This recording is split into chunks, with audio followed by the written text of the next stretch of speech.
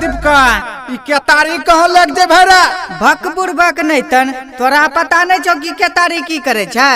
केतारी एक त एखनी समय ये एलै छठ माई के चढ़ेबे छठ माई के हमरो कनियन छठ पूजा करे छै।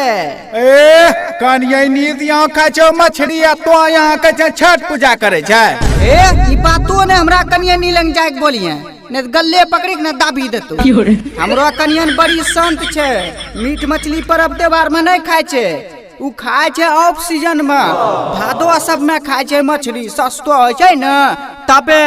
ए मारबो खनी चार थाप ने मुंह में चार फेरा घूमबा कनिया नी हमरा लंग बड़ाई करे छै भाग भाग ने। अरे तोरा नहीं छौ विश्वास चल हमरा कनिया नी लंग पूर्वा सखी करवा दे छियो। हां चलता हां कन्ने गेलो ए आबो दिने पूर्वा सखी कराय छिए। हां की भेले बोलिए ने कोन चीज पूर्वा सखी करबेबे। ए सब मीट मछली छोड़ी देलो खाना आबे। हां तबे की मीट मछली लोग पर भर खाय छै चिया लगत। डीआर के रिकॉर्डिंग स्टूडियो मोहनपुर। सांझ सवेरे छठी मैया कहे छै खाय नै छै 5 दिन से भूखल रहे छै। सांझ सवेरे छठी मैया कहे छै खाय नै छै 5 दिन से भूखल रहे छै। घर अंगना नीपे फटाफट घर अंगना नीपे फटाफट मौगी हमर करते छठी के बारात मौगी हमर करते छठी के बारात। घर अंगना नीपे फटाफट घर अंगना नीपे फटाफट कन्या हमर करते छठी के बारात अब की मौगी करते छठी के बारात। ओके मैं जरूर अगली बार व्रत करूंगी।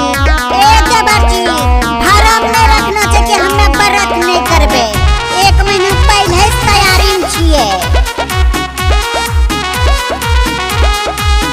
हाँ 1 महीना पहले भ गेलै शाकाहारी बाजार से मांगल के नारियल सेब के तारी।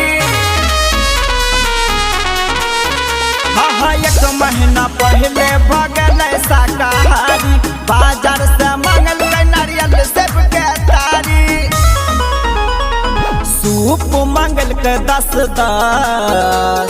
सुपति मांगल के 10 मौगी हमर करते छठी के बारात कन्या हमर करते छठी के बारात। घर अंगना नीपे फटाफट मौगी हमर करते छठी के बारात मौगी हमर करते छठी के बारात। हां बड़ी श्रद्धा से हम छठ व्रत करबे एकदम धूमधाम से बाजा उजा बजाय के। हां तबे की हम्मे की आइरू गइरू मौगी छिए बाप रे। हाँ खुशी से झूमते हमर घर दुआरी दूध के अर्घ चढ़ेबे ढारी ढारी।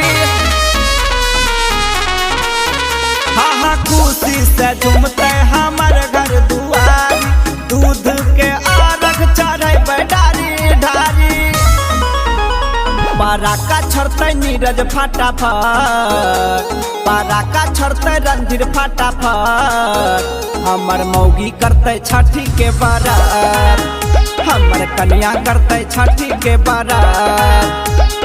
घर अंगना नीपे फटाफट हमर मौगी करते छठी के बारात हमर कन्या करते छठी के बारात।